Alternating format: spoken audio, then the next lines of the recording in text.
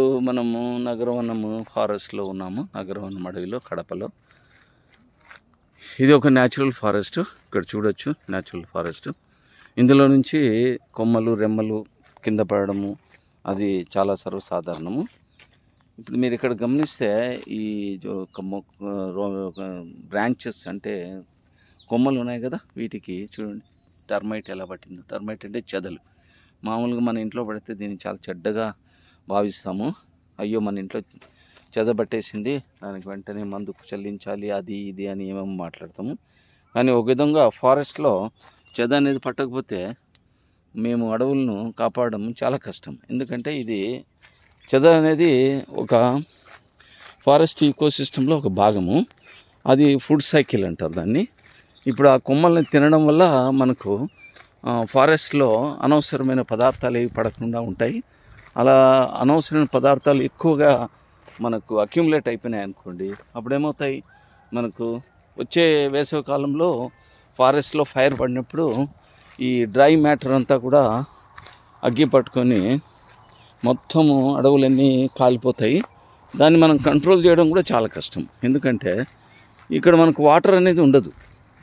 మనం ఏదో కడపలో టౌన్లో ఏదో ఫారెస్ట్లో ఫైర్ అయితే వెంటనే ఫైర్ ఇంజన్స్కి ఫోన్ చేస్తాము, ఫైర్ డిపార్ట్మెంట్కు వాళ్ళు వస్తారు, చల్లేస్తారు, సరిపోతుంది. ఇలా అడవిలో ఫైర్ ఇంజన్స్తో అగ్నిమాపకం చేయాలంటే అసాధ్యమైన పని. సో అందుకని మాకు చెదలు అనేది చాలా ముఖ్యము. ఎందుకంటే ఈ చెదలను తినడానికి రకరకాలైన లిజర్డ్స్ వస్తాయి. లిజర్డ్స్ అంటే బల్లులు, తొండలు ఇలాంటివి. ఆ తొండలు తినడానికి ఇంకా కొంచెం పెద్ద హైయర్ క్లాస్ అనిమల్స్ ఉంటాయి. ఇలా ఇది ఒక ఫుడ్ సైకిల్లో భాగంగా ఒకదాని మీద ఒకటి డిపెండ్ అయ్యి ఫారెస్ట్ ఈకోసిస్టమ్ సర్వైవ్ అవుతుంది. సో చెదలను ఒక సపరేట్ ఇన్సెక్ట్ లాగా ట్రీట్ చేయకుండా ఫారెస్ట్ ఈకోసిస్టంలో ఒక భాగంగా భావిస్తే ఫారెస్ట్ హెల్త్ చాలా వరకు బాగా అవుతుంది. ఇప్పుడు చూడండి ఈ చెట్టుకు బార్క్ కూడా పట్టేసింది. ఎందుకంటే ఆ బార్క్ వల్ల ఏం ఉపయోగం లేదు, అది ఎండిపోయింది బార్క్. అది ఎప్పుడైనా రాలిపోయేదే. అలాంటి బార్క్ మీద కొంచెం మాయిశ్చర్ దొరికిందంటే టర్మైట్ వెళ్ళి మాయిశ్చర్ని తినేస్తుంది. చూడండి రకరకాల మొక్కలు, రకరకాల. అసలు మీరు అడవిలోకి ఎంటర్ అయినప్పుడు మీరు గమనించాల్సింది మెయిన్గా ఏంటంటే ఇక్కడ ఎలాంటి ఈకోసిస్టమ్ ఉంది, ఎలాంటి మొక్కలు ఉన్నాయి. ఇప్పుడు ఈ మొక్కలు గమనించండి ఎందుకు ఇలా అయిపోయాయి. ఇది ఒక ఇండికేషన్.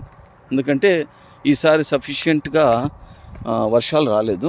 దానివల్ల ఇప్పుడు వర్షాలు రాకపోవడం వల్ల ఇక్కడ ఇలాంటి ఈకోసిస్టమ్ వస్తుంది. ఇవి రేగ్గాయలు ఇలాంటి ఈకోసిస్టమ్. దీన్ని తార్నీ బుషెస్ అన్నీ వచ్చేస్తాయి. ఎందుకంటే వాటికి మాయిశ్చర్ ఎక్కువగా అవసరం ఉండదు. ఇప్పుడు గమనించండి వీటన్నిటికీ బార్క్ మీద అన్నిటి మీద మీకు చెదబట్టి ఉన్నది. ఆ పరిస్థితుల్లో ఫారెస్ట్ ఈకోసిస్టంలో సర్వైవ్ అవ్వాలంటే ఆ రేగ్గాయల టైపు, స్పైన్స్, బర్బరీస్ టైపు వాటిని ఏవి కూడా యానిమల్స్ తినలేవు. ఎందుకంటే దానికి ముళ్ళులు ఉంటాయి కాబట్టి తినలేవు. సో ఈ విధంగా ఫారెస్ట్ ఈకోసిస్టమ్ దానంతకు సర్వైవ్ అవుతుంది, దానంతకు అదే సర్వైవ్ అవుతుంది. మనమే మొక్కలకు నీళ్ళు పోసేది ఉండదు, మనం వాటిని ఏం కాపాడేది ఉండదు. కాబట్టి ఫారెస్ట్ ఈకోసిస్టంలోకి మీరు వచ్చినప్పుడు గమనించండి అక్కడ ఎటువంటి మొక్కలు ఉన్నాయి, ఎలా పెరుగుతున్నాయి, వాటి మీద ఏమేమి ఫ్లవరింగ్లో ఉన్నాయి, ఏవేవి ఫ్రూటింగ్లో ఉన్నాయి, ఏ చెట్లు బాగా సర్వైవ్ అవుతున్నాయి, దానికి కారణాలు ఏంటి, వీటిని స్టడీ చేస్తే మీరు చాలా ఎంజాయబుల్గా ఉంటుంది. ఫారెస్ట్ వాక్ చాలా ఎంజాయబుల్గా ఉంటుంది. ఇప్పుడు నేను A R M Reddy, retired principal chief conservator of forest, Himachal Pradesh నుంచి. 34 years ఫారెస్ట్రీ ఎక్స్పీరియన్స్ ఉన్నది. ఆ యొక్క జ్ఞానంతో నేను ప్రేక్షకులకు ఏదో చెప్పాలని చూస్తున్నాను.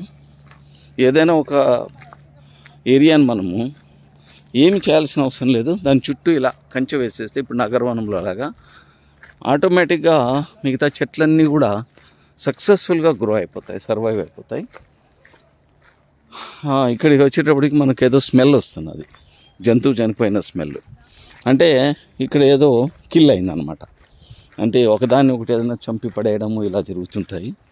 సో వైల్డ్ మీరు ఫారెస్ట్లో వాక్ చేసినప్పుడు ఇలా ఏదైనా స్మెల్ వస్తే షుడ్ బి వెరీ కేర్ఫుల్. అక్కడ ఏదో కార్నివర్స్ ఉంటాయి అని గమనించాలి. ఆఫ్ కోర్స్ ఇక్కడ కంప్లీట్లీ ఫెన్స్డ్ కాబట్టి ఇందులో కార్నివర్స్ వచ్చే ఛాన్స్ చాలా తక్కువ ఉంటుంది. ARM Reddy, IFS. Thank you.